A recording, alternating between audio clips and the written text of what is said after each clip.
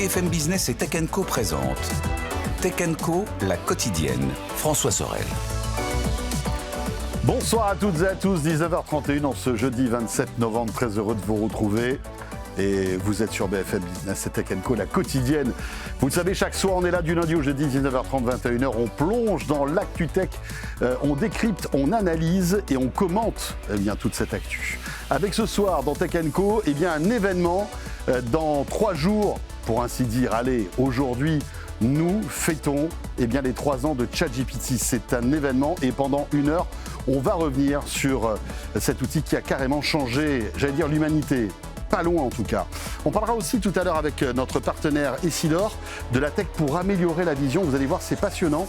Et puis, on s'intéressera à un lanceur qui s'appelle Sirius Space et qui a comme ambition de concurrencer d'autres lanceurs, voire plus grands. On en parlera tout à l'heure avec l'un des patrons de Sirius Space qui sera avec nous sur le plateau de Tech & Co. Voilà, un peu de tout ce soir. Et surtout, on va fêter un anniversaire, les 3 ans de ChatGPT. Merci de nous avoir choisis et bienvenue à vous toutes et à vous tous. Tech & Co, la quotidienne, le débrief de la tech.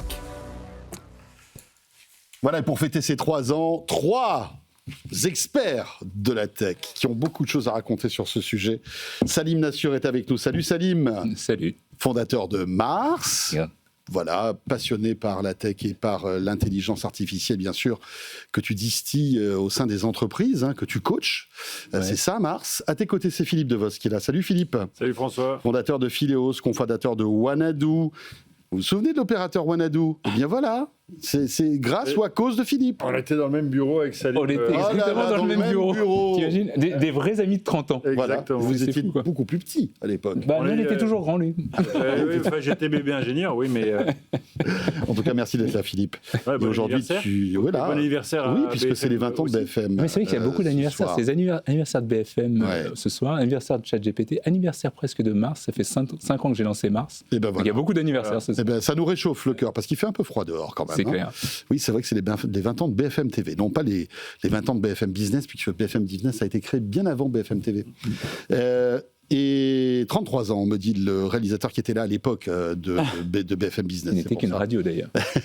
Et puis nous avons aussi Christophe Honnête. Salut Christophe. Bonsoir François. Senior advisor chez Seven2, ancien président de Microsoft France et Asie du Sud. Et Christophe qui vient nous voir régulièrement, tout comme Philippe et Salim, pour analyser l'actu tech avec ce soir. Donc voilà, un morceau de choix. Les 3 ans de ChatGPT avec OpenAI bien évidemment, et en un éclair, le chatbot s'est imposé comme un outil révolutionnaire pour certains, inquiétant aussi pour d'autres. Je vous propose de revenir sur les dates et les chiffres clés avec ce reportage de Régine Ralachi. On revient juste après. ChatGPT, c'est d'abord une adoption fulgurante. Avec 100 millions d'utilisateurs, 2 mois après son lancement fin 2022, elle en compte aujourd'hui 800 millions, soit 10% de la population mondiale. Une progression historique. Ainsi, ChatGPT devient en 2024 le site d'IA le plus visité au monde. Si l'outil fascine autant, c'est parce qu'il bouleverse tout sur son passage, de l'éducation à la finance en passant par la santé et avec une constante progression. En 2023, le lancement de GPT-4 change d'échelle. Les réponses sont plus précises, le raisonnement est renforcé, l'IA sort du texte et analyse les images, les vidéos et l'audio. Autre tournant majeur, la navigation web. Sa base de données n'est plus limitée aux informations antérieures à 2021. Le chatbot peut désormais rechercher, vérifier et actualiser en direct. Et puis il y a Sora, lancé l'an dernier, un outil capable de générer des vidéos réalistes à partir d'un simple texte. Une avancée majeure qui ouvre une nouvelle ère pour l'IA générative. Voilà, reportage Sidi Régine Ralachi, difficile en 1 minute de résumer ce qui s'est passé en 3 ans. Et alors nous, on est un peu au cœur du réacteur, parce que ça fait 3 ans qu'on vit, on commente, on décrypte ChatGPT et ses évolutions. Et moi, je me souviens très bien, il y a 3 ans, jour pour jour, la découverte, un peu comme tout le monde, ahuri de ce site web qui répondait aux questions qu'on lui posait de manière naturelle, fluide. Et c'est vrai que ça avait été un choc quand même à l'époque, même si on se moquait un petit peu des blagues, des œufs de vache. Je ne sais pas si vous vous souvenez de ce truc-là, parce qu'effectivement, on était à 3.5, ChatGPT 3.5 à l'époque, qui était loin d'être parfait. On voit que depuis, on est passé à 5.1. Il y a beaucoup moins d'hallucinations. ChatGPT est devenu aujourd'hui une espèce de monstre de l'IA qui fait plein de choses, qui est à la fois dans la vidéo, dans la photo, qui se lance aussi dans l'intelligence agentique. Enfin, il y a plein de choses. Et je voulais avoir votre avis là-dessus. Qu'est-ce que vous avez ressenti quand vous avez vu la première fois ChatGPT, que vous êtes tombé là-dessus, tout comme nous? Peut-être que Christophe, Salim, tu étais déjà avec nous il y a 3 ans ou pas? Peut-être pas. Juste après, je crois, ouais. Non, je crois que peut-être si, je sais plus. Voilà, mais je me souviens que Christophe était là. Ouais. Et comment tu avais réagi quand tu avais découvert ChatGPT? En fait, la première personne qui m'en a parlé, c'est Fred Simotel. En fait, tout début décembre, je l'ai croisé à un événement, et je trouve que je revenais de voyage, je n'avais pas forcément suivi. Et il m'a dit, t'as vu ce truc, c'est complètement dingue. Je me suis plongé.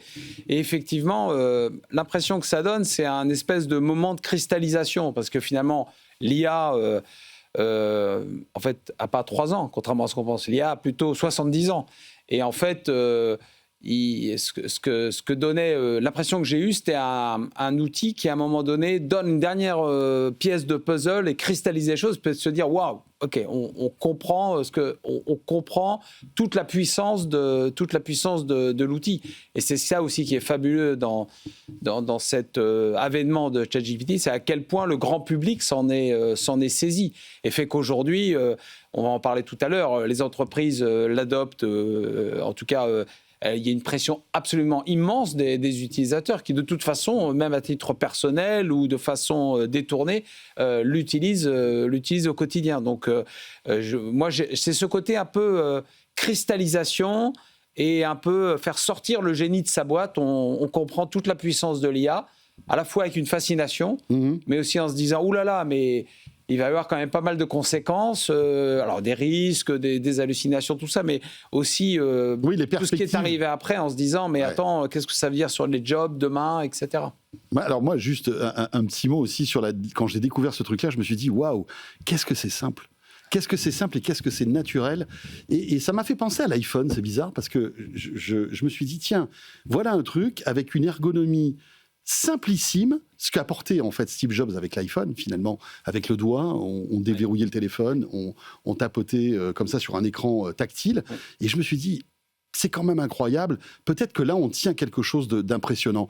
Toi, comment t'as réagi, Salim? Alors, j'imagine que parce que en fait, ChatGPT existait bien avant son coup d'envoi il y a 3 ans, mais en fait, c'était l'interface qui avait changé. Bien sûr, à l'époque. Mais OpenAI existait avant avec des modèles de langage qui étaient beaucoup plus, on va dire, cachés, quoi. Enfin, c'était vraiment les développeurs, les informaticiens qui s'en servaient au départ.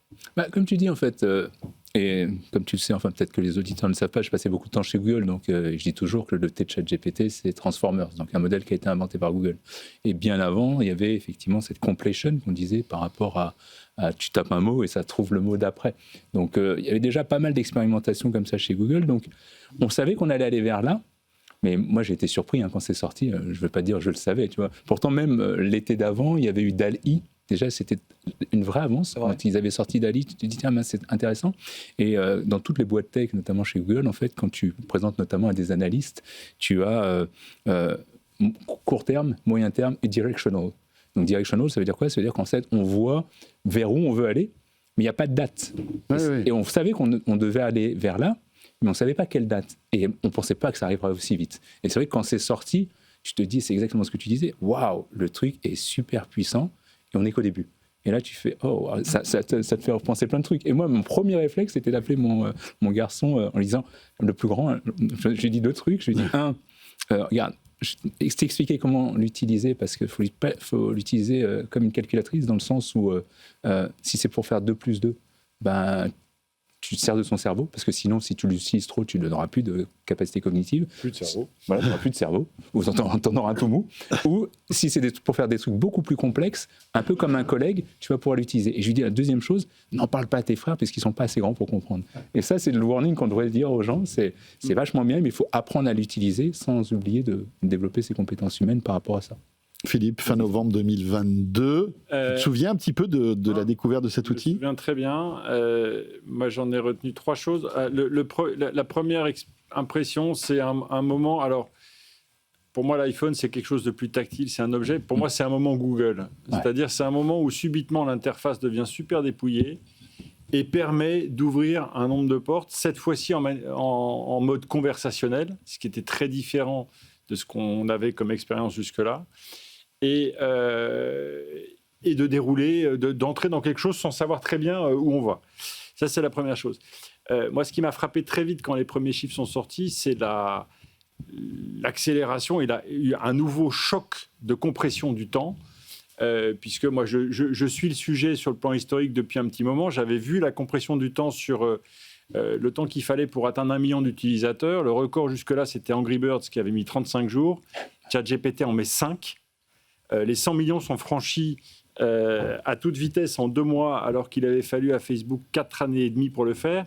Et puis, comme on se le disait avec Salim tout à l'heure, le million, il faut se souvenir que Wanadu a mis 4 ans à l'atteindre. Alors évidemment, on n'est pas dit en même contexte. C'est pas les mêmes échelles. Mais ce que je veux dire, c'est que quand tu touches 1 million d'utilisateurs en 5 jours, 100 millions en 2 mois, et 800 millions hebdomadaires en 3 ans. maintenant, tu prends de vitesse en fait tout le monde, et je pense que les utilisateurs se sont mis à jouer avec ou à travailler avec avant même de comprendre ce que ça pouvait faire et comment ça marchait. Est-ce que vous ne pensez pas que c'est l'outil aussi qui a démocratisé l'IA, finalement ? Parce que l'IA, tout le monde en parlait, enfin, on en parlait, mais on ne savait pas trop ce que c'était totalement abstrait, en tout cas pour le grand public. Et bien là, on avait d'un coup une porte magique qui s'ouvrait, où on comprenait ce que c'était l'IA. En fait, au-delà de ça, je pense pas qu'on comprenne, enfin en tout cas le grand public, je suis pas certain, mais ils ont mis un mot dessus. Ouais. Et tu vois, quand on revient, Philippe disait c'était un moment Google, si je reviens encore à Google, cette IA, ça fait longtemps qu'on l'avait mis en place, notamment dans Google Photos, dans plein de choses si tu veux, mais surtout au travers des assistants, que ce soit l'assistant Google, que ce soit Alexa chez Amazon. C'était un début d'embryon de ChatGPT. Mais par contre, c'était pas une IA qui était suffisamment intelligente pour qu'on appelle ça vraiment de l'intelligence artificielle. Ce qui est affolant, qui n'est pas affolant, mais ce qui est fou aujourd'hui par rapport au grand public, c'est qu'effectivement, tout le monde parle d'intelligence artificielle et c'est devenu aussi fréquent que de parler de voiture électrique, en fait. Oui, alors qu'avant, c'était un terme pour des spécialistes. Est-ce que vous ne pensez pas aussi que c'est parce que ça imite l'humain, que ça a fasciné l'humain? Non, c'est parce qu'aujourd'hui, tout le monde peut s'en servir. Avant, il fallait être ingénieur pour pouvoir... Oui, mais il y a plein de gens au début. Je pense qu'il y a aussi un effet de curiosité au début. Mais il y a plein de gens. C'est le coup de Jenny Daltman. Ouais, c'est ça. D'avoir ouvert la boîte de Pandore ou d'avoir fait sortir le génie de la boîte. Ouais. Et ce qui était encore considéré à l'époque, au moment où c'est sorti, il y a un très grand nombre d'experts dans la tech qui, d'un point de vue technologique, disaient mais c'est beaucoup trop tôt, c'est une espèce de research, c'est une espèce d'expérimentation de recherche encore très très bordélique, si je peux me permettre l'expression, mise dans les mains de tout le monde, ça va faire n'importe quoi. Et Altman a été génial sur 2 points. Le premier, ça a été de sortir ce truc et de le proposer à tout le monde avec l'adoption qu'on voit maintenant aujourd'hui. Mais également, et ça c'est beaucoup plus rare, combien de produits ont été lancés dans la tech dans lesquels les bugs ont immédiatement tué la perspective ? Là, c'est presque l'inverse qui s'est passé. À mesure que certains faisaient des expérimentations pour essayer de mettre en défaut le modèle, essayer de lui faire calculer les œufs de vache, essayer de lui faire... vous avez peut-être vu le test de l'horloge. À chaque fois, tout le monde en parlait et l'adoption continuait. Les gens continuaient de venir voir à quel point essayer... Comme si on avait essayé de le mettre un peu en défaut et qu'on jouait. Ça a été un immense jeu planétaire. Oui, et puis une curiosité aussi. Mais absolument. Et puis finalement, cette curiosité s'est vite effacée après par l'efficacité. C'est ça, je pense que on était prêt à tolérer un certain nombre d'erreurs à partir du moment où vous voyez que l'outil rendait quand même un grand nombre de services. Hein, donc...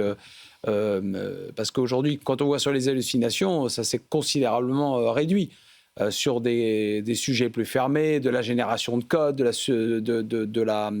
du résumé, de l'interprétation. Bon, tant que c'est pas sur des questions trop ouvertes et où il y a une marge de manœuvre, les hallucinations sont quasi inexistantes. Donc, je pense qu'il y avait une tolérance au fait que ça puisse exister, peut-être une forme de jeu, de voir effectivement si on arrive à le mettre en défaut, mais globalement.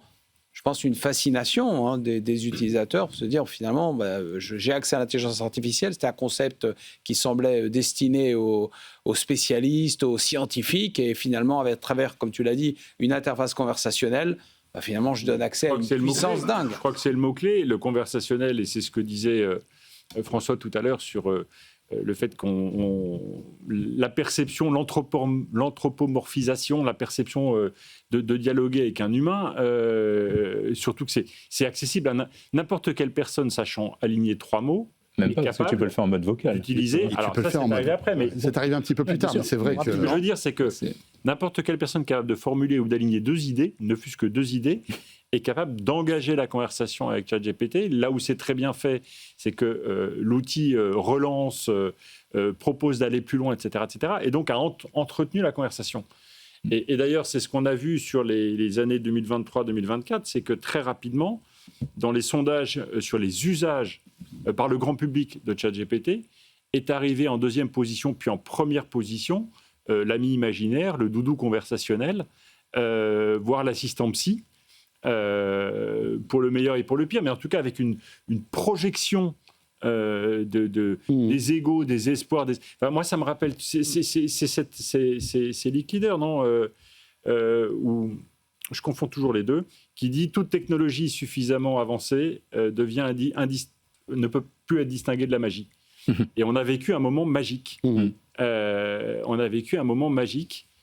Sur le sujet. Et puis après, il y a eu les explosions de l'usage. Les étudiants se sont vite emparés de cette technologie. Après, il y a eu les développeurs, les PME, les professions créatives aussi, qui ont commencé à tester, parce qu'on parle de ChatGPT, mais très vite, le côté multimodal, en fait. Le côté multimodal est vite arrivé, parce que ce qu'il y a d'incroyable avec cette boîte, c'est que toutes les semaines, il y a une innovation chez ChatGPT. C'est incroyable. On a l'impression qu'ils ont une immense pièce avec un stock d'innovation et toutes les semaines, ils en sortent une. C'est ça qui est fou. En fait, ce qui est fou, c'est... Et puis, en fait, l'adoption, je reviendrai dessus parce qu'elle est forte, donc 800 millions d'utilisateurs aujourd'hui, et en même temps, je trouve qu'elle n'est pas aussi forte que ça. Et tu vois, combien sont payants ? Après, non, mais ça, c'est encore autre chose. Mais bon, après, ça, c'est là. On parle des entreprises, surtout. Exactement. En fait, ce qui est assez drôle... Je pense que c'est plus le grand public, finalement, qui a aujourd'hui que les entreprises. Alors, tu vois, Philippe parlait de Wanadoo tout à l'heure, et c'était vraiment ça, en fait. Chez Wanadoo, au tout début, c'était beaucoup le grand public, et on a ramé pour faire venir les entreprises. Et je pense qu'on vit exactement la même chose. C'est une adoption qui est... Je suis d'accord. Qui est faite par le grand public. Donc après, les entreprises mettent les cas de fer pour ralentir. Et donc, on se retrouve avec ce fameux Shadow IT, Shadow AI, où au final, t'interdis, mais tu l'as sur ton mobile et tu continues à le faire. Et ça, en fait, je me rends compte vraiment que cette adoption, comme elle est, et tu le redisais tout à l'heure, elle est fulgurante, aussi bien dans le grand public. Et c'est là où je tempérais ce que tu disais par rapport au génie d'Al Altman. C'est génial parce qu'il l'a démocratisé. En même temps, c'est dangereux. Tu vois, c'est un peu comme avant. Tu vois, quand tu sors un produit, tu fais le dog food, tu le fais en interne, tu fais tester par tous les salariés, ensuite tu le releases. Eux, ils l'ont release et le dog food, il se fait sur toute la planète sans savoir ce que ça va apporter. Tu vois. Le génie et la folie sont parfois voisins. C'est pas faux. Je voudrais corriger une bêtise que j'ai dit. La formule « toute technologie suffisamment avancée est indissociable de la magie », c'est pas Lick Leader, c'est Arthur Clarke en 62. Ça, je voulais m'excuser. Moi, je me souviens très bien là aussi. Présenter mes excuses, pardon. J'étais à la tête de l'EPITA à l'époque et très très vite, il y a eu un petit début d'angoisse de se dire, oh là là, mais les étudiants, d'abord, apprendre à coder, ça ne servira plus à rien. 2, les étudiants vont... Enfin, c'était la grande... Je ne sais pas si vous vous souvenez, la grande phase d'angoisse dans les universités, c'est, oh là là, il va y avoir de la triche partout. Alors, en plus... Avant même le code, quand il s'agissait de produire des écrits, des devoirs littéraires, c'était panique à Sciences Po. Je ne sais pas si vous vous souvenez, mais il y a eu très vite cette question de est-ce que la manière d'apprendre va changer ? Est-ce qu'il est encore important et utile d'apprendre, etc. etc. Alors c'est super intéressant ce que tu dis, parce que c'est marrant, parce que moi je le dis depuis toujours, et tu le sais sans doute, mais c'est une question de mindset dans la tech, en fait. Il y a ceux qui vont se dire « Ah ben, je vais changer », c'est plutôt growth mindset comme j'appelle ça, et ceux qui sont plutôt fixed mindset et qui vont rester. Et dans le cas que tu évoques, Sciences Po, c'est vraiment ça en fait. Sciences Po, le premier réflexe, ils ont interdit. ESCP, premier réflexe, ils ont déployé à tout le monde et ils ont fait un partenariat avec OpenAI. Quand tu regardes le dean de Sciences Po et le dean de l'ESCP que je connais bien, ils n'ont pas le même background, ils n'ont pas le même mindset. Et de ça, tu fais qu'il y a adoption ou il y a refus. Et quand il y a refus, et on l'a vu encore une fois au début de l'Internet, au début du cloud, au début du mobile et aujourd'hui au début de l'IA, c'est de se dire, quand il y a refus, de toute façon, on va y aller, on a juste pris du retard. Mais on prend du retard. Voilà. Et ça, on sera moins bon. Voilà, c'est ça. Et ça, c'est terrible. Et c'est ce qui est en train d'arriver aujourd'hui dans les entreprises. Et il y a refus ou faible adoption, ils prennent du retard et de toute façon, ils vont y aller. J'aimerais qu'on avance sur un autre sujet, c'est la concurrence à l'époque, qui a été pris de court face à l'arrivée de ChatGPT. Je peux vous dire que chez Google, c'était quand même panique à bord, vraiment. Alors, tu n'étais plus chez Google déjà je venais de partir en 2021. Mais je peux vous dire, moi, pour avoir discuté avec des personnes qui travaillaient chez Google, ils n'ont pas vu venir le phénomène ChatGPT et se sont retrouvés en pleine panique parce que je pense qu'ils avaient, comme tu le disais, comme objectif de proposer un outil IA comme ça, conversationnel.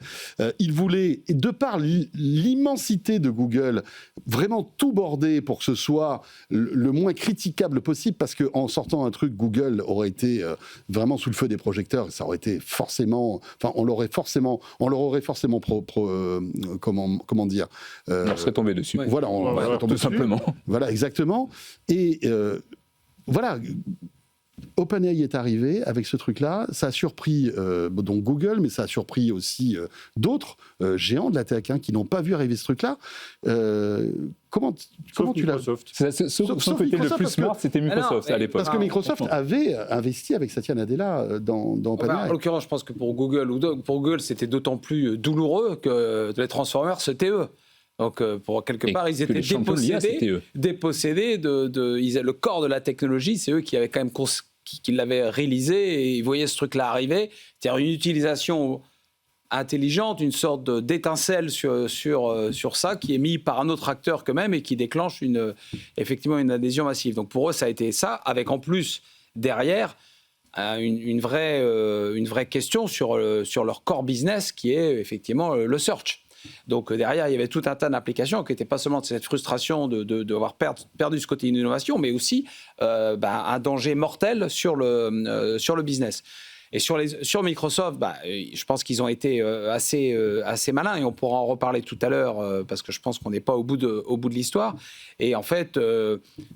plutôt que d'essayer de contrer un truc dont ils ont senti tout de suite que ça allait partir, ils se sont mis dans un mode en disant finalement on va financer OpenAI qui avait de l'argent pour récupérer du business sur Azure et pour développer un copilote, et on verra ce qu'on fera après.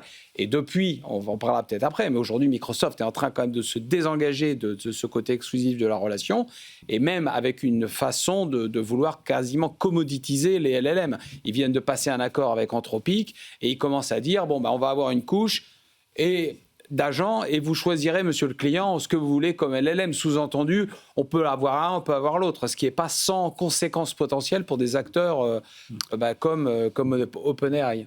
Ouais. Alors, ce que je vous propose, c'est qu'on va faire une petite pause et on revient pour attaquer notre deuxième chapitre concernant les 3 ans de ChatGPT. Peut-être évoquer en fait ce qui s'est passé durant ces 3 ans, la vitesse avec laquelle cette IA a progressé. On est passé de 3.5 à 5.1.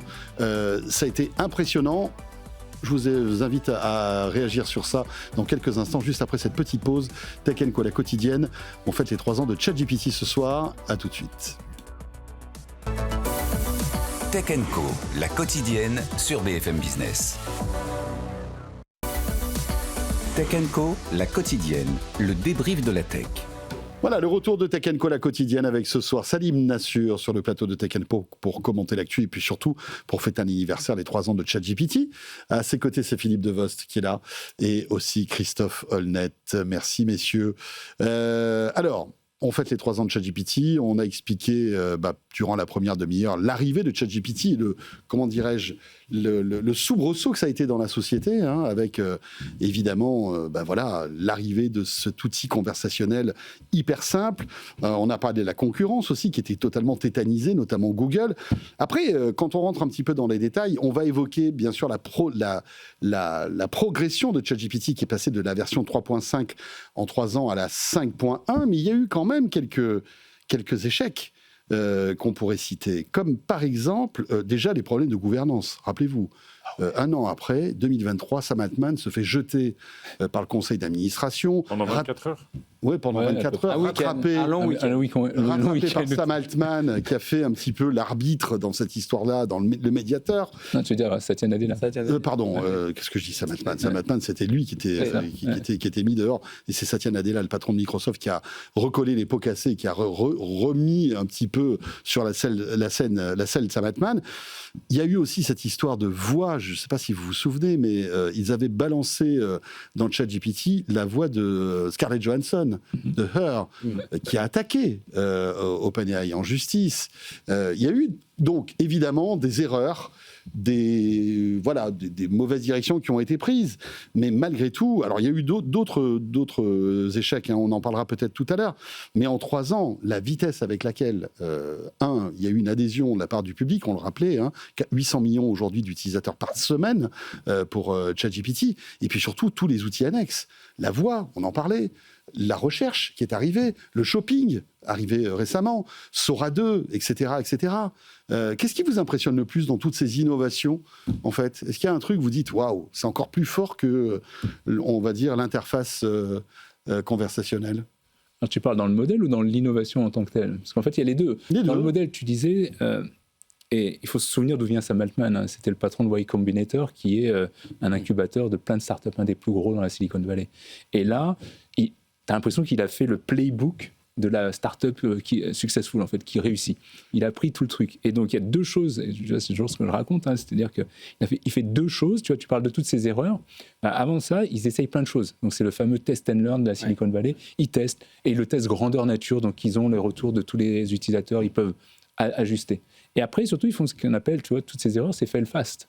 À un moment, tu fais une erreur, ok, bon, on passe à autre chose. Tu prends la voix de Scarlett Johansson, pardon, on s'est trompé. Et c'est toujours ce que je dis dans la Silicon Valley, c'est ask for forgiveness, not for permission. Oui, et c'est exactement ce qu'ils font, tu vois. Donc ils vont très vite. Et ça, oui, c'est ça. Mais en fait, c'est lié, c'est-à-dire que parce que tu vas très vite, tu sais que de toute façon, le temps que les gens réagissent et qu'on te le reproche suffisamment pour que tu considères que c'est peut-être un échec et qu'il faut mieux arrêter et que tu pourras toujours t'excuser, tu es déjà passé à autre chose. Ça, tu peux te le permettre quand tu es très rapide et que tu prends tout le monde. Et surtout, voilà, tu es passé à autre chose, mais tu es passé devant les autres. Et c'est vraiment, et moi c'est ce que j'arrête pas de dire à nos chères boîtes françaises, si tu veux, nos entreprises, c'est qu'il y a ce modèle où tu vas très vite et tu peux te tromper, où il y a le modèle... je caricature, mais à peine à la française, où tu prends le temps de tout analyser, et quand tu te lances, c'est trop tard, parce que l'autre, il est déjà passé, il a pris tout le marché. C'est exactement ce qui se passe. Le principe de précaution. Voilà. Et ce principe de précaution, dans une époque où tout va beaucoup plus vite, c'est compliqué. C'est le principe de précaution, c'est aussi l'approche, je dirais, un peu ingénieur par rapport à marketing. Non, parce qu'aux États-Unis, il y a plus d'ingénieurs que de marketing. C'est très bien que quand tu fais une boîte, ils commencent par faire la datasheet marketing avant que le produit existe et on commence aussi à le vendre. Pas marketing, mais mission statement. Le marketing, ça arrivera après, mais ça reste quand même des ingénieurs. Et pour répondre à ta question sur l'innovation, moi, qui m'a le plus bluffé depuis ces 3 dernières années, c'est à la fois la combinaison du conversationnel, comme on le disait, mais avec la voix. Moi, je m'en sers toujours, je le raconte toujours, mais j'ai des conversations depuis mes lunettes avec ChatGPT, et je ne suis pas fou, je t'assure. mais c'est puissant, c'est très, très puissant. Et là, justement, le côté reasoning, qui n'est pas juste... Comme beaucoup de gens l'ont compris, enfin, croient encore, et notamment des patrons de boîtes, et moi, ça m'hallucine. Ils pensent que c'est juste un truc où tu poses des questions et ça va te donner la météo, j'exagère à peine. Là, tu peux avoir des réflexions profondes sur des sujets hyper profonds et avec une capacité, une profondeur d'analyse qui est beaucoup plus importante que la plupart des gens que je connais. Tu vois, et ça me bluffe parce qu'on parlait de Her tout à l'heure, j'ai l'impression d'être dans Her. J'ai quelqu'un avec qui je converse et qui m'apporte beaucoup. Et là où on parlait tout à l'heure de est-ce que je me fais remplacer ou non par la machine ? Non, moi j'ai l'impression d'être augmenté quelque part. Pardon, petite pub pour Talent Augmenté. Une bonne émission sur BFM Business. Sur BFM Business, voilà. Mais, que vous pouvez retrouver en replay. Voilà, mais en effet, tu deviens augmenté si tu l'utilises bien. Philippe, tu te souviens, enfin, est-ce qu'il y a une innovation récente qui t'a bluffé dans la galaxie OpenAI ? Dans la galaxie OpenAI, on parlera peut-être des autres galaxies qui gravitent autour ou des étoiles qui s'entrechoquent. Mais moi, ce qui m'a frappé, c'est le moment où, parce que là, on parle de ChatGPT 3.5, 4 jusqu'à 5 aujourd'hui, mais il y a eu aussi d'autres modèles plus poussé. Il y a eu O1, O3. Il y a d'ailleurs eu un moment où on ne comprenait absolument plus la nomenclature d'OpenAI. On ne savait plus. Ouais. Et cet été, ils ont resserré les boulons. Voilà. Et ils ont simplifié. Mais non, moi je crois que ce qui m'a vraiment frappé, c'est quand ils ont commencé à combiner, je ne peux plus te dire à partir de quelle version, et quand ils ont commencé à combiner à la fois de la recherche approfondie, c'est-à-dire que ChatGPT te disait, bon là je vais creuser le sujet, j'en ai pour un quart d'heure. Et tu avais à la fois de la recherche de sources très approfondie, dans des contenus dont on pourra discuter ou pas ici, savoir dans quelles conditions de licence ils ont été scrappés, accumulés, engloutis, avalés. Et voilà, la combinaison entre ça et le mode de réflexion, et donc la capacité à structurer une analyse à partir de faits eux-mêmes vérifiés.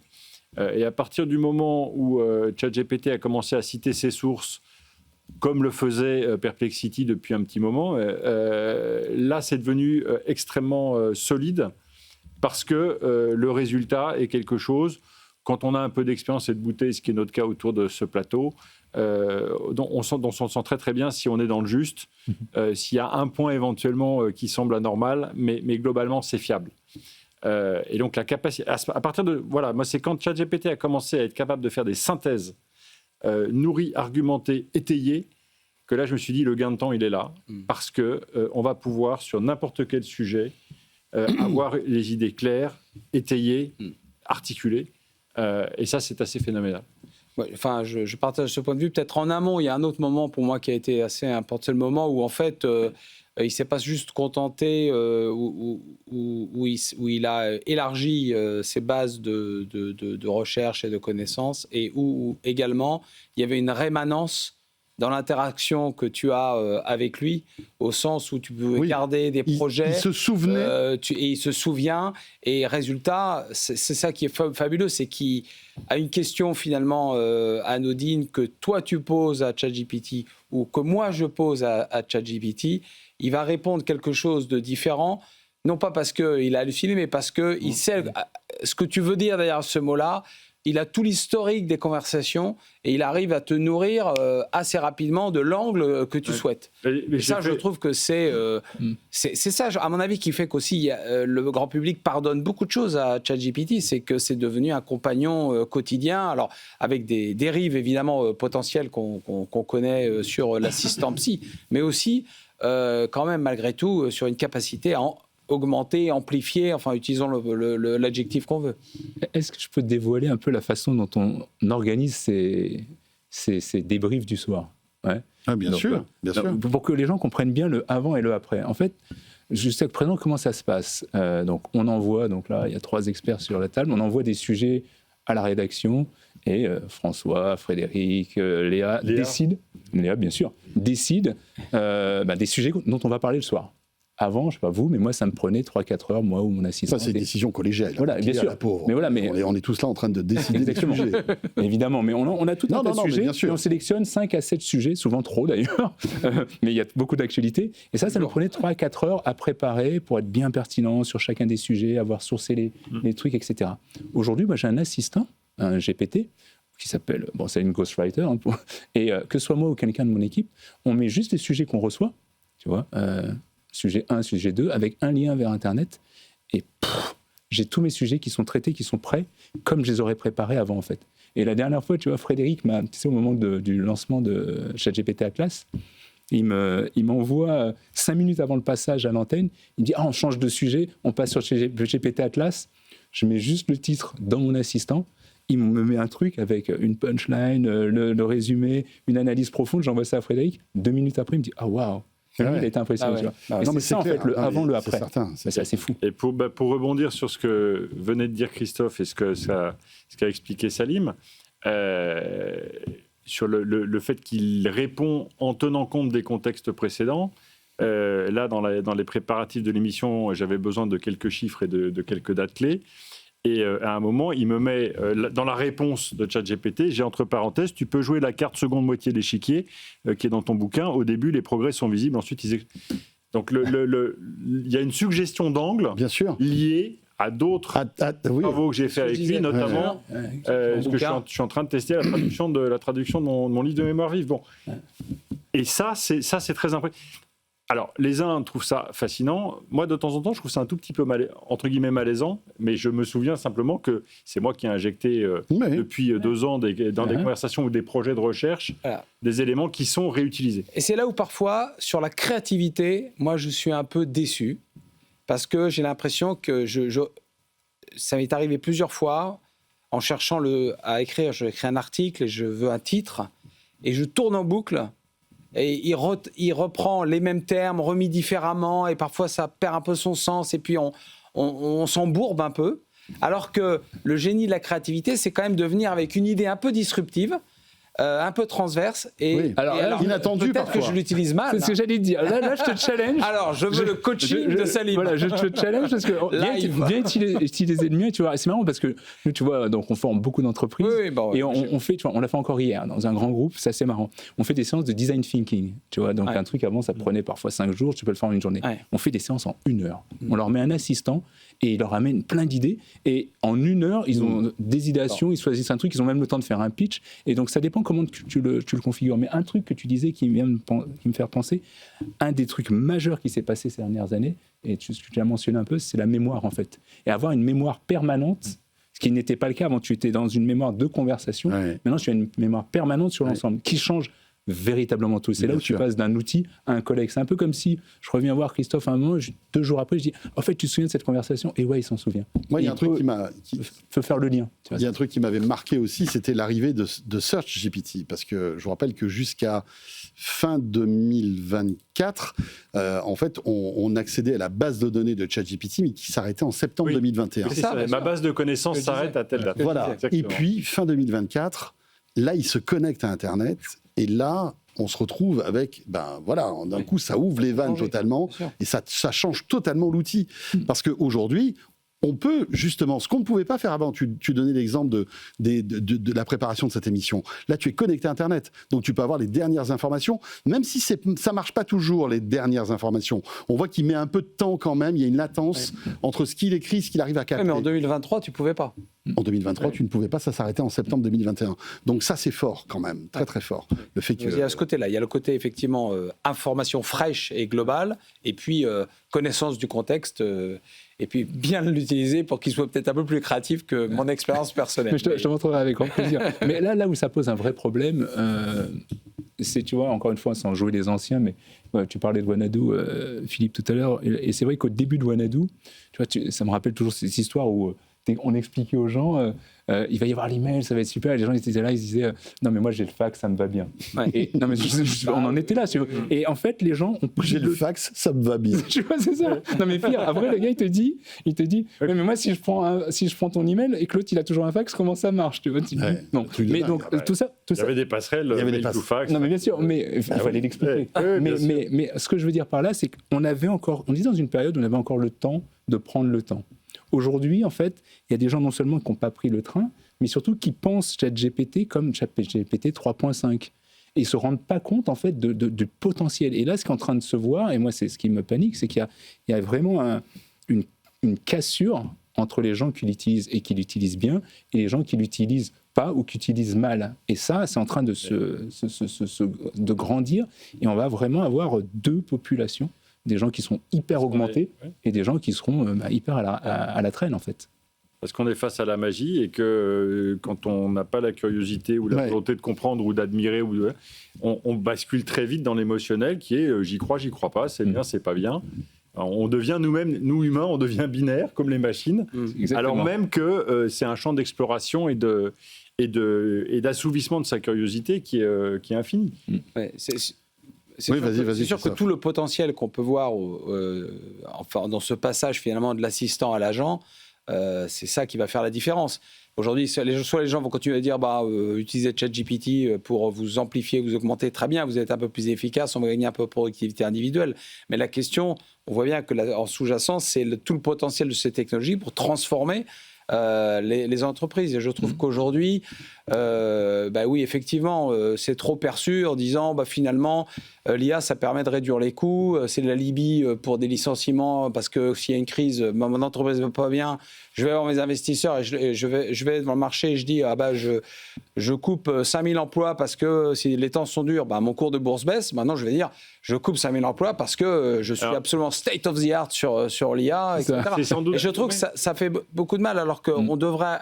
Il nous manque des personnes qui nous disent en quoi ces outils-là vont permettre de transformer le travail, de pouvoir réallouer les ressources avec une vision un peu plus holistique de l'organisation, couper des strates bureaucratiques, des jobs, les automatiser, mais pour peut-être mettre plus de gens sur le terrain, réhumaniser certaines relations. Donc en fait, je pense qu'il y a une vraie réflexion à mener pour avoir une approche un peu plus holistique du monde du travail avec l'IA. Mais ça, si je peux rebondir là-dessus, je vais être très rapide, mais j'étais au salon Adopt AI au Grand Palais ces 2 derniers jours, et je pense que celui qui a le mieux expliqué le sujet dans ce sens-là, c'est Patrick Pouyanné, le patron de Total Energy, qui a dit, moi, je ne vois pas du tout ça comme un sujet de réduction de coûts. Pour moi, c'est un sujet de croissance du business. Voilà. Et je déploie, que ce soit... Alors, il n'y avait pas que l'IA générative, donc pas que ChatGPT, mais je déploie dans mes capteurs, dans mes champs d'exploration, dans ma prospection, je déploie des outils qui vont me permettre de développer mon business. Je ne suis pas du tout en train de me dire, je vais réduire des coûts. Alors, c'est bien, mais je pense que c'est une vision parcellaire de l'IA, et c'est malheureusement encore c'est le cas des grands patrons. Ils pensent l'IA comme un système qui va augmenter des systèmes déjà existants. C'est bien, et il faut le faire. En revanche, il y a très très peu de patrons, et il y en a un, alors je l'avais invité dans l'émission, dans mon émission, qui est Stéphane Bancel, patron de Moderna. Lui, il a compris. Il a compris qu'en fait, ce n'est pas juste une IA que tu utilises, mais c'est l'IA que tu donnes à l'ensemble, l'intégralité de tes collaborateurs pour augmenter leur façon de travailler. Et c'est ça, en fait, le vrai truc. Ce n'est pas juste d'utiliser l'IA dans ton chantier ou dans tes usines. C'est que chaque personne, en utilisant l'IA, va être vraiment meilleure sur ce qu'il va faire. Et ça, peu de gens l'ont compris. Et moi, c'est ce qui me panique, c'est qu'il faut commencer à comprendre maintenant, 3 ans après. Eh bien justement, ce qui nous intéresse maintenant, c'est un peu le futur. J'aimerais qu'on se projette un petit peu et imaginer à quoi va ressembler notre société avec l'IA et notamment ChatGPT. Alors là, on se focalise sur ChatGPT, mais il y en a beaucoup d'autres, bien sûr. Il y a Claude, Anthropic, etc. Il y a DeepSeek, il y a Mistral aussi, notre Frenchie, qui en 3 ans aussi a fait un beau parcours.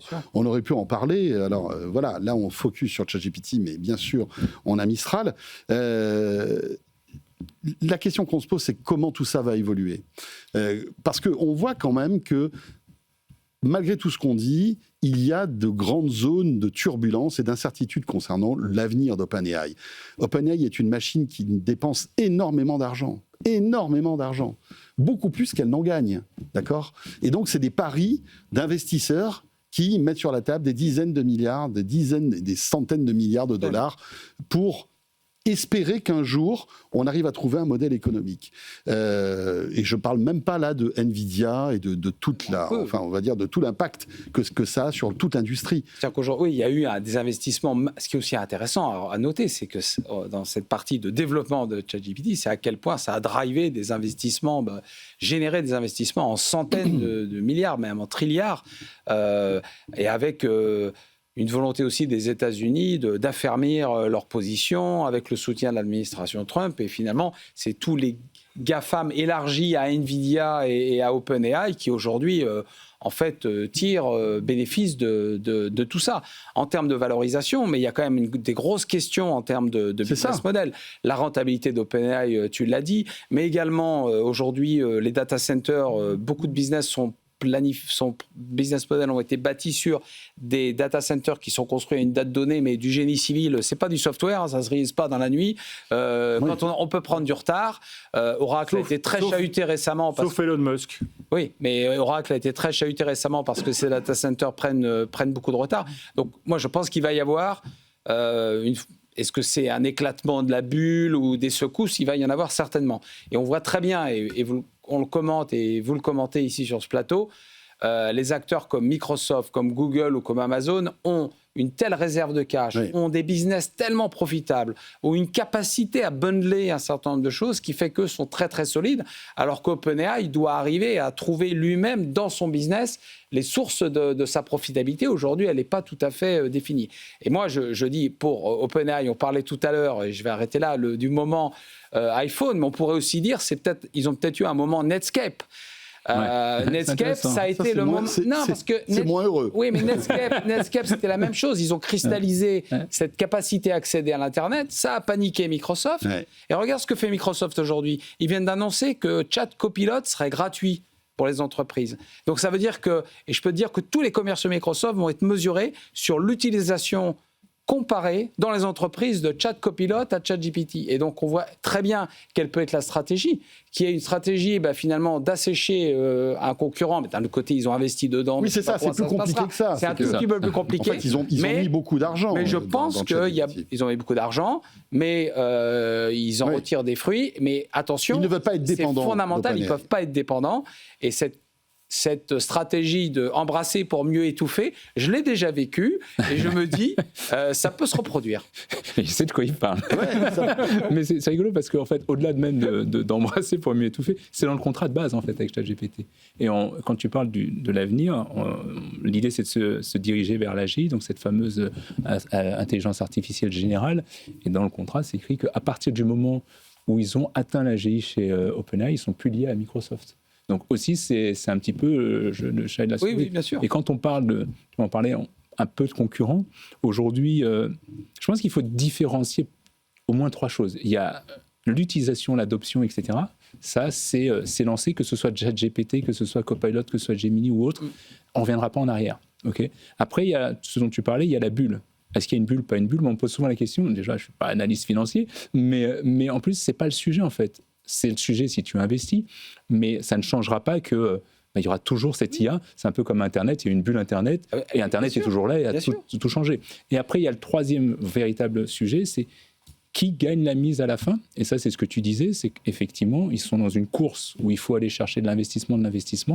Moi, celui que je vois très bien positionné, alors qu'ils étaient partis en retard, c'est effectivement Google. Parce qu'ils étaient partis en retard par rapport à ChatGPT, mais ils étaient partis en avance par rapport à tout le monde. C'est quand même eux qui avaient racheté DeepMind en 2012-2013. C'est quand même eux, aujourd'hui, qui sont super avancés sur le quantique. Non, mais avec une différence entre des TPU, tu vois. Et pour ne parler que de ces 3 acteurs, Microsoft, Google et OpenAI, avec une différence entre Microsoft, Google d'un côté et OpenAI de l'autre, c'est que Microsoft et Google ont leur infrastructure. Non, même plus. Maîtrisent leur infrastructure de bout en bout, en ont conçu un certain nombre de composants, alors que OpenAI essaye de sécuriser des contrats d'achat. Je ne veux pas dire qu'ils ne vont pas y arriver, mais ils ont fait le pari de se mettre le plus près possible de l'utilisateur et d'être la conversation initiale. C'est même plus le navigateur, c'est la conversation que tout démarre par une conversation avec eux.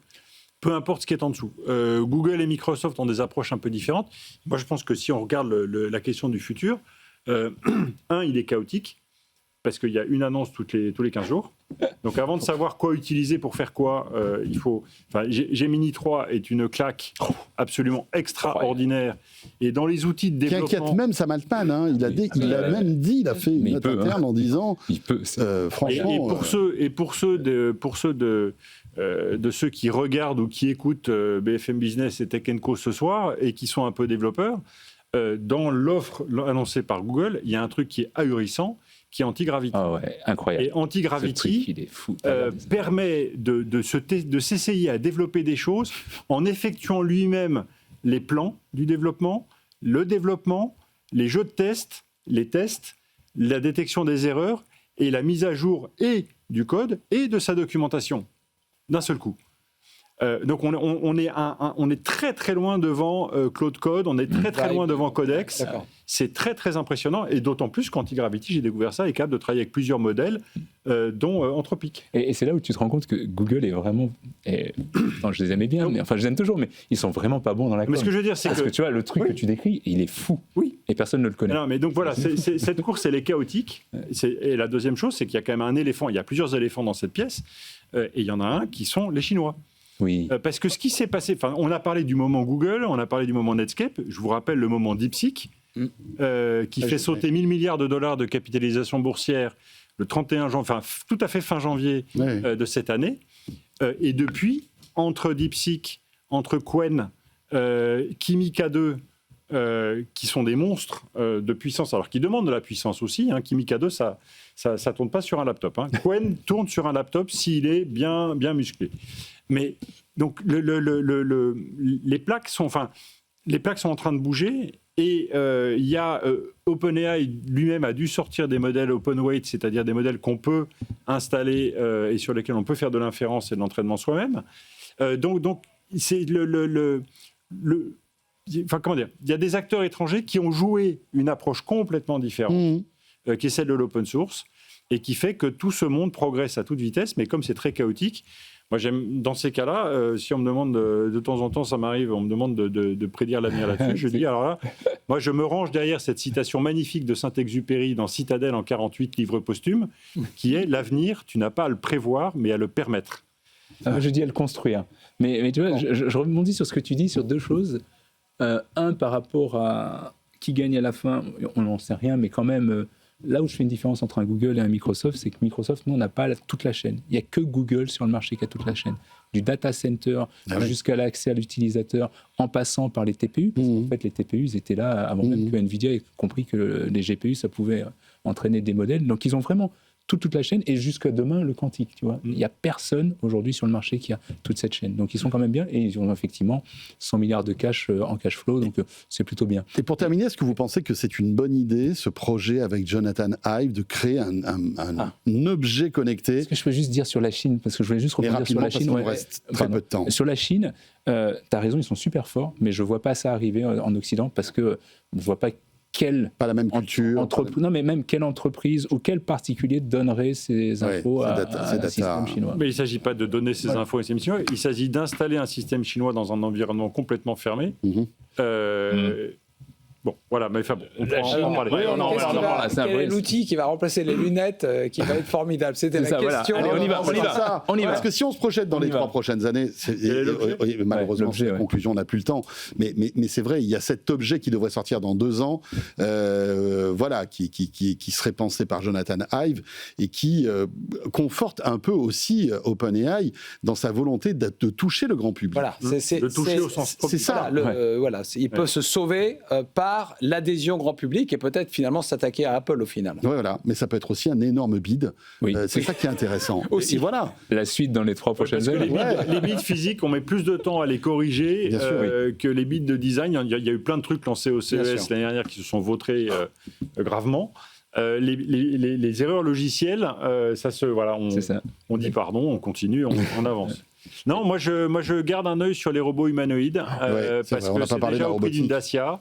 Ça sera au prix d'un scooter dans les 2 ans qui viennent. Ça va déferler.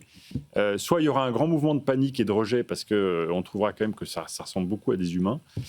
Soit au contraire, on va s'apercevoir que la facilité de programmation et d'acquisition de capacité.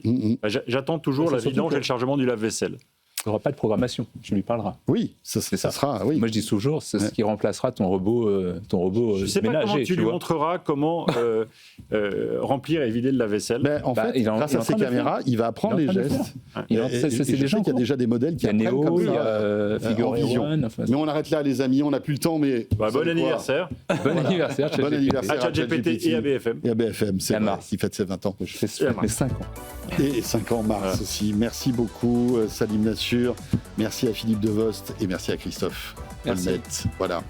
20h27, on va poursuivre ce Tech & Co, la quotidienne, dans un instant, avec pour poursuivre durant cette dernière demi-heure, on va parler de la tech et de l'IA pour améliorer la vision, avec notamment les travaux de chez Essilor, le géant évidemment de l'optique européen.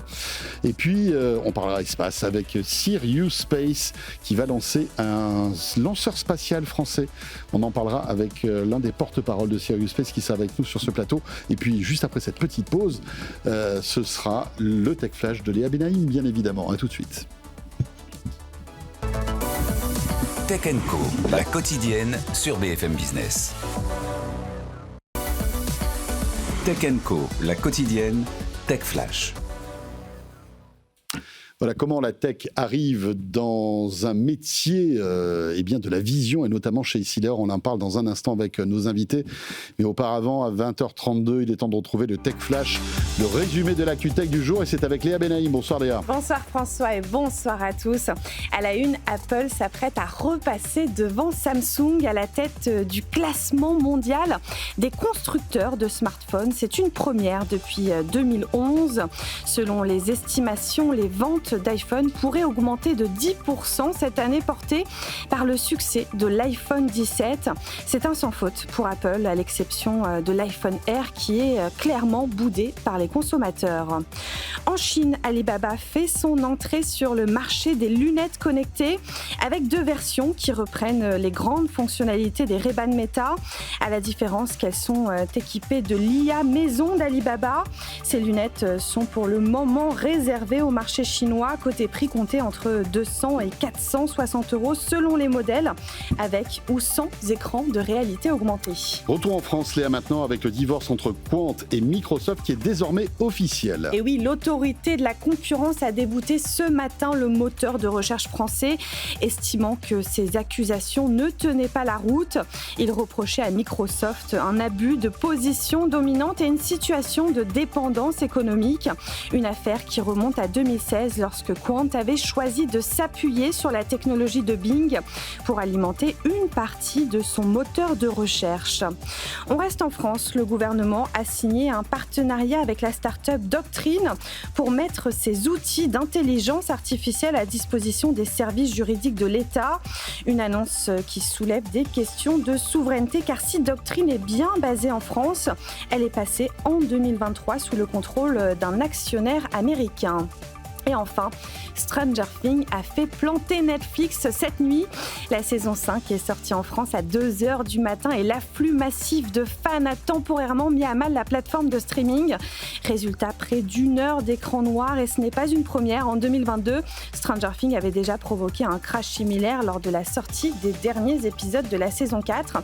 Tous les détails de cette panne à suivre dans une dizaine de minutes avec la rédaction de Tech & Co.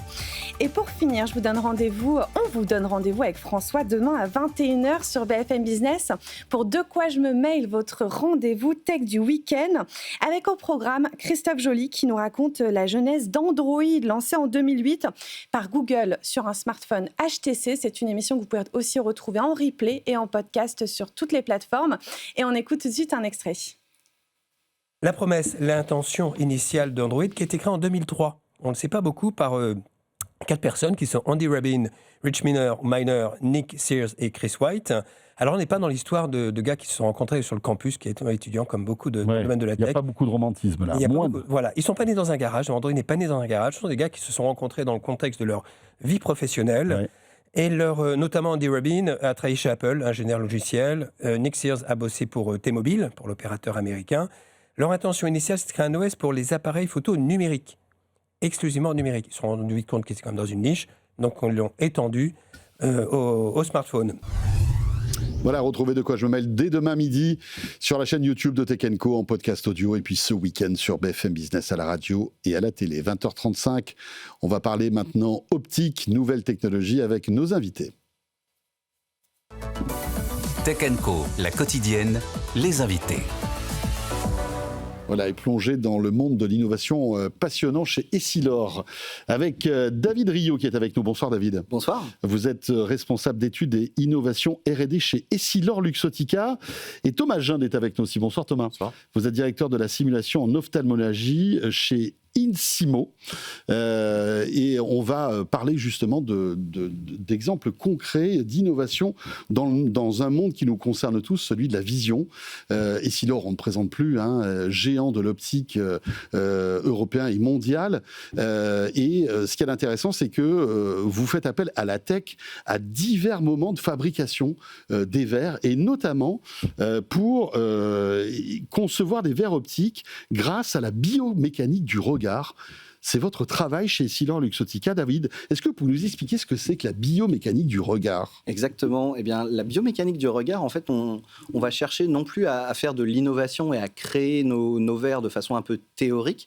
On va aller vraiment étudier le comportement des porteurs, et on va regarder notamment avec technologies, leur posture et également la façon dont leurs yeux bougent derrière leur verre de lunettes. Et pourquoi c'est important ça ? Alors c'est très important parce que on a besoin de comprendre pour aider au mieux les porteurs de lunettes à être à l'aise dans leurs activités quotidiennes. On a besoin de comprendre ce qui se passe dans la vie réelle. Parce que jusqu'à il y a assez récemment, on travaillait vraiment en laboratoire, alors que maintenant, on se penche beaucoup plus vers l'étude de la vie réelle, du mouvement, avec donc tout un tas de technologies comme la capture du mouvement ou l'eye tracking, qui nous permettent de mieux comprendre comment on regarde, par exemple, dans la vie quotidienne, nos écrans, typiquement avec le smartphone, le laptop.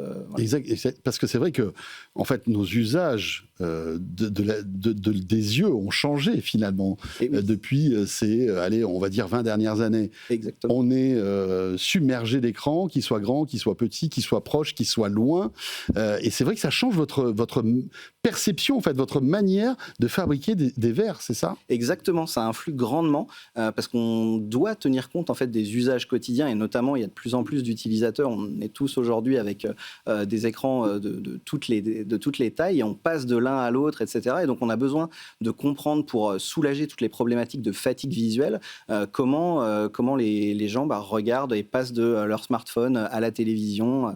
Voilà, donc on a vraiment besoin de savoir ça pour pouvoir optimiser la conception de nos verres derrière. Alors, ce qui est intéressant, c'est que vous faites appel à des technos qui étaient réservés au sport et au gaming, notamment le eye tracking. Oui. Est-ce que vous nous expliquez comment vous faites appel à cette technologie et comment ça marche ? Exactement. L'eye tracking, on l'utilise en fait sur des montures connectées. Maintenant, c'est tellement petit qu'on peut les mettre vraiment dans donc les lunettes. Ce sont des lunettes particulières. Exactement, de laboratoire. Des lunettes de laboratoire, mais si je vous les montrais là sur le plateau, si j'en avais, vous ne verriez pas forcément beaucoup la différence. Okay. Après, on rajoute aussi sur la capture du mouvement. On utilise donc cette technologie-là qui est utilisée beaucoup donc dans le sport et aussi même au cinéma. Et ça nous permet de comprendre vraiment la posture complète de la personne, parce que ce qu'on n'imagine pas, c'est que lorsqu'on se fatigue visuellement, quand on regarde beaucoup les écrans, ça ne vient pas seulement solliciter nos yeux, on n'a pas seulement les yeux qui tirent, qui grattent, ça peut aussi déclencher, vous voyez, des raideurs dans la nuque, aussi des maux de tête parfois, donc tout ça, on a besoin de tenir compte de cette posture au quotidien pour pouvoir... On parlera de la technologie Aizen juste après, que vous développez justement, et qui permet de réduire cette fatigue visuelle. Mais il faut savoir qu'en France, on a un centre d'excellence dans ce domaine, qui est le Centre de Neurosciences and Medical Research de l'Institut de la Vision à Paris, qui joue un rôle clé justement dans la recherche concernant ces verres. Oui, absolument. En fait, ce centre, donc, qui est au cœur de Paris, à côté de la place de la Bastille, il est assez unique dans le groupe parce que effectivement, on vient faire de l'optique, qui est l'expertise traditionnelle du groupe, mais on vient y ajouter donc cette connaissance en biomécanique, donc en posture, eye tracking, et même on va même plus loin avec un peu de neurosciences et tout un tas d'autres technologies. Donc le résultat de toutes ces recherches, c'est ce verre, enfin ces verres Aizen entre autres. Est-ce que vous pouvez nous expliquer ce qui se passe quand on les porte ?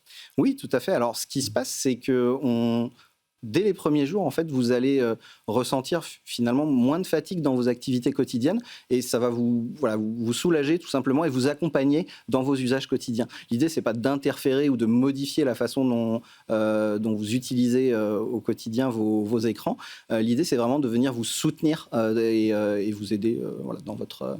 Mais ce que vous dites, c'est qu'ils ont été fabriqués de manière très précise avec le eye tracking. Ça veut dire que chaque verre est unique par rapport à l'utilisateur, ou malgré tout, vous arrivez à compiler toutes les postures de tout le monde dans ces verres. Comment ça marche ? C'est une très bonne question. En fait, ce qu'on s'est aperçu en fait, dans la recherche, c'est qu'il y avait des grandes catégories de comportements, avec notamment l'usage qui est très générationnel finalement. Les jeunes générations utilisent beaucoup plus les écrans et en général des écrans qui sont beaucoup plus petits et beaucoup plus près. Et donc, on a optimisé les zones de vision dans le verre en fonction de ces usages. Voilà, donc. Est-ce que finalement, on peut mettre ces verres très tôt, quand on est ado, quand on est enfant ? C'est même conseillé en fait ? Alors pour les ados, dès qu'on a un sentiment de fatigue visuelle, ça peut être intéressant et c'est assez prégnant, j'ai envie de dire, chez les jeunes adultes, surtout, qui ont une utilisation hyper connectée sur les écrans, qui y sont tout de suite et qui ressentent beaucoup plus finalement ces symptômes de fatigue visuelle. Alors le futur, c'est la santé connectée, c'est la réalité augmentée. On voit, c'est des lunettes connectées, puisque avec EssilorLuxottica et le partenariat avec Meta, vous faites des lunettes connectées qui cartonnent d'ailleurs. Est-ce que ces technologies peuvent être aussi appliquées à ces innovations ? Effectivement, c'est un sujet qui est vraiment passionnant et on va amener dans le futur toutes ces technologies et toutes ces recherches. On est déjà en train en fait, de les intégrer dans des montures connectées. David, merci, vous restez avec nous. On va s'intéresser maintenant donc à InSimo avec vous, Thomas Junde, donc directeur de la simulation en ophtalmologie. Alors tous les sujets qu'on évoque avec David vous parlent, bien évidemment. Est-ce que vous pouvez nous expliquer ce que vous faites chez InSimo ? Alors, qu'est-ce que c'est qu'InSimo ? Chez InSimo, on est une trentaine d'employés. On va faire de la simulation médicale pour différentes raisons, pour de la planification, pour de la formation principalement. C'est-à-dire qu'on va répliquer, on va faire des copies de patients virtuels. On parle de jumeaux numériques potentiellement, oui, c'est sûr. Pour essayer d'amener de l'expertise sans avoir de risque pour le patient. Dans l'idée principale, c'est jamais un premier geste chirurgical sur un patient. Donc en fait, on va mettre les chirurgiens, par exemple, quand on forme un chirurgien, dans des situations où ils vont s'entraîner pendant des heures sans risque sur des patients virtuels. Ils vont retrouver les mêmes sensations que s'ils opéraient sur un vrai patient. Donc ils ont malgré tout des joysticks, ils vont jouer avec... Ils ont des systèmes à retour d'effort, donc ça va leur donner la sensation... Un peu comme un jeu vidéo, quoi, finalement. C'est ça, on est sur du jeu vidéo plutôt sophistiqué. Bien sûr. On va, par exemple, sur des opérations de l'œil, par exemple, on va aller sur de l'échelle en dessous du millimètre. On doit atteindre des niveaux de précision très importants. Sinon, le chirurgien s'entraînerait pas correctement pour opérer derrière. Et dans l'ophtalmologie, parce que vous travaillez dans plein de domaines, dans l'ophtalmologie particulièrement, ça donne quoi ? Sur l'ophtalmologie, par exemple, ça nous donne un programme de formation qui est déjà en place, qui a aidé à former environ 5000 chirurgiens dans le monde via une ONG. Et en fait, on a des très bons résultats. En fait, là où des formations duraient des années pour être expert sur patient en salle d'opération, le même résultat peut être obtenu en moins d'1 an. La réalité virtuelle, on en parle beaucoup. Alors, c'était très à la mode il y a encore quelques années. Est-ce que ça a un sens véritablement pour ces chirurgiens qui doivent tester en fait nous, on essaie de voir ça un petit peu comme les formations de pilotes.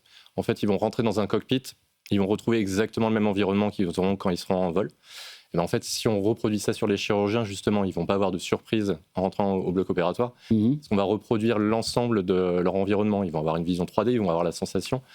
Potentiellement, l'environnement sonore même, s'il peut être important. Très bien. Et quels sont les projets en fait chez InSimo ? C'est quoi la prochaine étape ? On parlait tout à l'heure des lunettes connectées qui sont beaucoup plus légères, beaucoup plus, on va dire, moins intrusives en fait que la VR en fait, que la réalité augmentée. Il y a des pistes à votre avis Beaucoup de pistes. Une des pistes potentielles, si on parle de jumeaux numériques par exemple, c'est si vous devez subir une intervention. En fait, on va avoir une copie virtuelle de vous avant. Le chirurgien va pouvoir tenter différentes approches et en fait choisir celle qui est la plus adaptée et qui du coup vous permettra d'avoir le meilleur résultat possible. Très bien, passionnant tout ça. Merci beaucoup David Rio, donc responsable d'études et innovation R&D chez EssilorLuxottica avec entre autres ces verres Eisen, très intéressant. Et puis merci à Thomas Junde, directeur de la simulation en ophtalmologie. C'est InSimo, 20h45, direction la rédaction de Tech & Co maintenant, comme chaque soir. Tech & Co, la quotidienne, la chronique techandco.com. Et Salomé Ferrari nous a rejoint. Bonsoir Salomé. Bonsoir. Journaliste à la rédaction de Tech & Co. Et ça n'a échappé à personne, Salomé, cette nuit, les tout premiers épisodes de la 5e et ultime saison de Stranger Things, la série à succès de Netflix, ont été dévoilés. Et la plateforme a connu un démarrage compliqué. Qu'est-ce qui s'est passé ? C'est ça, alors je ne sais pas si toi, tu es fan de Stranger Things. Alors j'aime bien, mais je ne me suis pas réveillé à 2h du mat pour regarder les épisodes. Pourtant, il y en a énormément qui se sont rués sur la plateforme Netflix. Et résultat, forcément, le service s'enregistre enregistré une série de micro-pannes dès 2h02 du matin, donc c'est-à-dire 2 minutes juste après la sortie. 2h02. C'est très précis. Ouais. Et Dan Detector, donc la fameuse plateforme qui enregistre toutes les pannes, a enregistré plus de 15 000 signalements aux États-Unis, donc c'est énorme. Pareil, en France, on a eu une centaine de pannes, mais quand même, en plein milieu de la nuit, c'est pas mal. Ça a eu des conséquences quand même assez importantes pour les fans. Forcément, il y en a qui n'ont pas pu accéder du tout à la plateforme. Il y en a qui ont été bloqués au catalogue. Il y en a qui ont eu de l'espoir, qui ont cru qu'ils allaient voir la série. Et en fait, l'image était totalement dégradée. Waouh. Mais qu'est-ce qui a causé cette panne, en fait ? Ça, c'est à cause de l'événementialisation en fait, de la diffusion. Ça fait quand même 3 ans que les fans de la série ils attendent avec impatience. Donc forcément, les attentes étaient grandes. Ils n'ont pas voulu attendre vraiment une seconde pour regarder les fameux épisodes. Sauf que si les premiers épisodes ils sont sortis à 2h du matin en France, aux États-Unis, c'est une heure un petit peu plus stratégique parce que c'est soit la sortie des classes, soit la soirée. Donc, c'est le moment, certes, idéal pour rassembler les fans, mais c'est aussi le moment idéal pour faire des pannes. Alors, Netflix a quand même essayé de tenter d'anticiper un petit peu le problème. Ils avaient augmenté la bande passante de 30%. Ça n'a pas suffi. Voilà, ce que j'allais dire, visiblement, ça n'était pas assez. D'ailleurs, le couac pourrait très clairement se reproduire parce que là, on n'a eu que les premiers épisodes de la 5e saisie. La deuxième partie, elle est prévue pour le 26 décembre et le dernier épisode, il est prévu pour le 1er janvier. Donc, c'est possible que je revienne sur ce plateau de parler effectivement de nombreuses pannes. D'ailleurs, ce n'est pas la première fois que Stranger Things enregistre des pannes sur Netflix. En 2022, pour la 4e saison, pareil, Netflix est totalement planté. Mais c'est dingue, en tout cas, c'est la preuve du succès de cette série. Mais c'est pas la seule, d'ailleurs. Ouais. Et la preuve, c'est que Netflix est débordé, techniquement, avec Stranger Things. Je sais pas comment ils vont faire pour les prochaines. Mais surtout l'épisode final, tu as raison, parce que là, tout le monde va vouloir le regarder en temps réel pour ne pas se faire spoiler, parce qu'il y a ça aussi. C'est le problème sur les réseaux. Merci beaucoup, Salomé Ferrari, donc, de la rédaction de Tech & Co. Pour en savoir plus sur cette panne, je vous invite bien sûr à aller sur le site. Et maintenant, on va parler de Space Tech avec mon prochain invité qui est sur ce plateau. Tech & Co, la quotidienne, la start-up. Et on va découvrir Sirius Space Services avec Antoine Fourcade. Bonsoir Antoine. Bonsoir. Vous êtes cofondateur et président de Sirius Space Services. Alors vous avez comme ambition de relancer la conquête spatiale française. Rien de moins, c'est bien, c'est tout à fait louable. Il faut savoir que Sirius Space a été créé en 2020. Vous êtes basé en Île-de-France et vous voulez redéfinir l'accès à l'espace en le rendant à la fois plus durable parce que c'est vrai qu'on le voit, il y a des enjeux environnementaux énormes et aussi plus accessibles parce que ça coûte très cher aujourd'hui d'envoyer des satellites dans l'espace. Présentez-nous un peu Sirius Space et quelle est votre stratégie justement pour le futur. Alors chez Sirius, on développe une gamme de 3 lanceurs basés sur une R&D commune. Comme vous le savez, le spatial est au cœur de l'actualité. La conférence des ministres de l'espace aujourd'hui était circonscrite, 400 millions de plus par rapport à la dernière conférence de la France, avec 3,7 millions de la France. Donc c'est un sujet qui nous touche. On est à 22 milliards et quelques, je crois. 22 milliards points. Voilà, c'est pas mal. C'est énorme. Et c'est énorme d'un côté, mais quand on voit ce que met Elon Musk sur la table chaque année pour SpaceX, c'est pas si énorme que ça. C'est peu, mais c'est déjà un début dans un plan budgétaire compliqué. Oui. Ne boudons pas notre plaisir. Voilà. Donc chez Sirius, on développe une gamme de 3 lanceurs qui se prénomment le Sirius. On a 3 lanceurs, Sirius 1, 13 et 15, qui vont permettre un accès durable à l'espace. En aspect aussi, on a des aspects duals, et nos lanceurs seront pour la première fois en orbite en fin 2026, début 2027. Alors, 3 lanceurs pour 3 tailles de satellites différents, j'imagine. Alors, le marché des satellites il est en pleine croissance, on a 20% de croissance par an, et la masse moyenne des satellites est passée de plusieurs tonnes à environ 200 kg.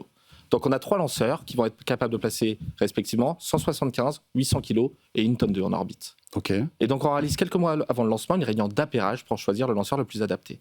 Ce qui nous permet toujours d'avoir un taux de remplissage élevé. On est dans le secteur du transport. Un peu comme des avions, quoi, finalement. C'est le même sujet. Vous avez un A320, un A350 et un A380, et puis vous dites, voilà, va plutôt dans cet avion-là, il y a un peu plus de place, t'es assez petit, ça va aller. Le spatial devient un secteur privé, et donc le but pour un lanceur, c'est d'être rempli et d'offrir la solution la plus compétitive du marché. On a des objectifs de prix assez ambitieux. On propose des services de lancement entre 10 et 20 000 $ du kilo. Ok. Alors qu'aujourd'hui, ça coûte combien ? Alors, le kilo on va être environ 50 000 $ du kilo aujourd'hui. Ah ouais. Sur le marché européen, mais aux États-Unis, on est déjà dans ces ordres de prix. Donc on essaye de rattraper notre retard avec le service de service. Avec SpaceX, bien sûr. Avec SpaceX, c'est notamment. Ça, qui arrive à faire tellement de lancements et qui arrive à lancer tellement de satellites d'un coup qu'il a fait baisser le coût de lancement, c'est ça, d'un satellite. Drastiquement. Mais leurs solutions ne sont pas adaptées aux nouvelles catégories de satellites, comme ils sont embarqués en tant que charge utile secondaire. Avec Sirius, on les embarque en tant que clients principaux pour leur permettre d'arriver rapidement en orbite selon leurs besoins. Alors, fabriquer un lanceur, c'est pas évident. Hein. Il y a plein de contraintes techniques, physiques, etc.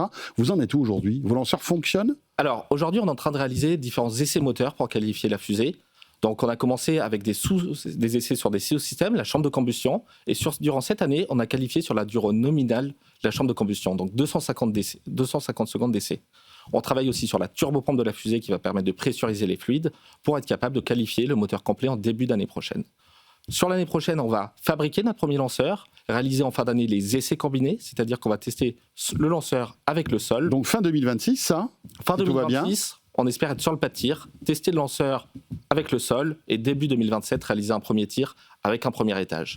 À la suite, on espère accéder pour la première fois en orbite fin 2027. Est-ce que vous êtes complémentaire des projets d'Ariane, par exemple, ou est-ce que vous êtes concurrent? Alors, on va être complémentaires sur certains sujets. On est un accès à l'espace plus petit, donc on va être capable de placer des satellites qui ne vont pas forcément prendre. Cependant, on va développer aussi des technologies pour fabriquer nos moteurs. Notamment, on a beaucoup travaillé sur la fabrication additive métallique qui permet d'imprimer un moteur. Et dans ce contexte-là, on travaille notamment avec le CNES sur un projet qui s'appelle Astre, qui est un moteur de 250 tonnes qui, on espère, sera embarqué sur Ariane 7. Ça coûte cher de fabriquer, enfin là, tout ce que vous faites, là, la R&D, les essais, etc. On sait que l'espace, voilà, il y a plein d'inconnus qui font que ça peut ne pas marcher au premier coup. Enfin voilà, on le voit, Elon Musk a galéré pendant des années pour arriver aujourd'hui à quelque chose qui fonctionne. Quel est le budget en fait d'une boîte comme Sirius Space Service aujourd'hui? Pour accéder à l'espace, pour une société comme Sirius, on parle d'une centaine de millions d'euros. Après, il faut qu'on industrialise la société, et donc on va parler entre 150 et 200 millions d'euros pour être capable d'avoir une société qui est viable. Supplémentaire, en plus des 100 millions de départ. Entre 50 et 100 millions en plus des 100 millions précédents. Donc aujourd'hui, Sirius, on a 100 millions d'euros de financement, ce qui nous permet de faire notre première tentative et d'accéder à l'orbite. Et on va aller chercher à se refinancer sur les marchés privés courant de l'année prochaine pour être capable de boucler le tour de table pour préparer la montée en cadence de la société. Et puis trouver des clients aussi. Mais j'imagine que vous avez fait déjà votre petit business plan. Il y a beaucoup de clients qui seraient intéressés par vos lanceurs? Alors, on a la chance que l'État français s'est positionné comme un client d'ancrage pour nos lanceurs. Ils nous ont acheté nos 5 premiers lancements. Ça c'est cool. Ça a été très intéressant. Le France 2030 a permis d'aider et de financer les premières briques technologiques via de la subvention. Et après, ils ont été les premiers à nous acheter nos contrats. Aujourd'hui, on a des discussions avec une centaine de clients dans le monde pour commercialiser nos prochains lanceurs. Cependant, ils attendent qu'on passe les étapes, qu'on qualifie le lanceur avant de nous acheter nos premiers lanceurs. Donc tout va s'accélérer, on va dire, début 2027, c'est ça? 2026 va être une année charnière. On va passer d'une fusée qui est sur le papier, qui fonctionne aujourd'hui avec pas mal d'essais qui sont en cours, à une fusée qui est produite. Et 2027 sera l'année charnière où on va prouver pour la première fois qu'on est capable d'aller en orbite. Emmener tous ces satellites comme ça à des orbites différentes. Alors je ne sais pas là si c'est de la basse, la moyenne ou du géostationnaire. On est plutôt sur des orbites basses. Ok. On commence à avoir beaucoup de satellites quand on voit qu'Elon Musk en lance des milliers, des dizaines de milliers même. Là, Kuiper, donc nouvellement Léo, va lancer aussi sa constellation de satellites. Ça va pas faire un peu trop de satellites à peu près enfin pas la même orbite, mais pas loin quoi, puisqu'on est en basse orbite. Ça va pas être un problème, ça, à votre avis? Alors, on est obligé de changer la manière dont on conçoit des lanceurs. Aujourd'hui, on est obligé d'avoir des lanceurs qui sont réutilisables pour permettre d'avoir moins de débris en orbite. Chez Sirius, on développe des lanceurs qui seront 100% réutilisables, ce qui va permettre de comme ceux d'Elon Musk, en fait, c'est ça? Elon Musk, dans son nouveau lanceur Starship, est en train de démontrer des lanceurs 100% réutilisables. C'est-à-dire que vous envoyez un satellite, et puis après, le lanceur, en fait, réatterrit, c'est ça? C'est ça que vous voulez faire? Chez Sirius, on va développer un lanceur qui est en 2 étages. Le premier étage va redescendre sur Terre, alors avec un parachute, comme on a un plus petit lanceur, et réatterrir, comme on le voit avec ces magnifiques images de SpaceX, dégraderait trop la performance, mais on sera capable de récupérer le premier étage. Le deuxième étage... Que vous, après, récupérerez pour le faire repartir, c'est ça? Qu'on va requalifier, le remettre dans des environnements réels, et être capable de le faire revoler. Et on va faire pareil avec le deuxième étage, mais réutiliser le deuxième étage permettra aussi d'aller chercher des débris en orbite, et donc de diminuer le nombre de satellites en orbite, et donc réduire la pollution spatiale. Très bien. Bon, bah écoutez, on va se donner rendez-vous alors quand? L'année prochaine? Il y aura des points d'étape intéressants? Alors en début d'année, on va qualifier notre moteur, on va fabriquer les structures, et on espère être sur le pas de tir. On parlait tout à l'heure de ce plan de financement là, qui a été annoncé par l'Europe. Concrètement, c'est une bonne nouvelle pour vous? Vous allez pouvoir en bénéficier? C'est une très bonne nouvelle qu'il y ait plus de financement au niveau européen. Cependant, on n'est pas les plus avancés en Europe. On est parti 3 ans en retard en France pour développer ce type d'initiative. Et donc aujourd'hui, il faut qu'on se batte pour aller chercher ces financements européens qui vont être plutôt destinés à des sociétés plus avancées. Donc on avance, on rattrape le retard en France, on est parti 3 ans après, on a 18 mois de retard aujourd'hui, et donc on va se battre pour faire partie des acteurs qui feront le spatial de demain. Vous pensez qu'on n'a que 18 mois de retard, sincèrement? On a 18 mois de retard sur ce qui va se faire, par exemple, en Allemagne. Par contre, par rapport aux États-Unis, on va avoir une dizaine d'années de retard. Ah ouais, voilà, c'est pas la même histoire là. Merci beaucoup. Mais en tout cas, on va suivre de près l'évolution de Serious Space Service. Antoine Fourcade, vous en êtes le cofondateur et le président. Merci d'être passé par le plateau de Tech & Co pour terminer cette émission en ce jeudi soir. Voilà, je vous rappelle que si vous venez d'arriver, tout à l'heure, on a fêté ensemble les 3 ans de ChatGPT. Vous pourrez retrouver dans quelques minutes le replay total et intégral de cette émission, à la fois en vidéo et en audio. Si vous nous regardez sur YouTube, n'hésitez pas à vous abonner à la chaîne YouTube de Tech & Co pour avoir les replays de cette émission chaque soir. Et moi, j'aurai le plaisir de vous retrouver demain pour De quoi je me mail, donc sur BFM Business dans la soirée. Très belle soirée et à très vite. Merci de nous suivre. Tech & Co, la quotidienne sur BFM Business.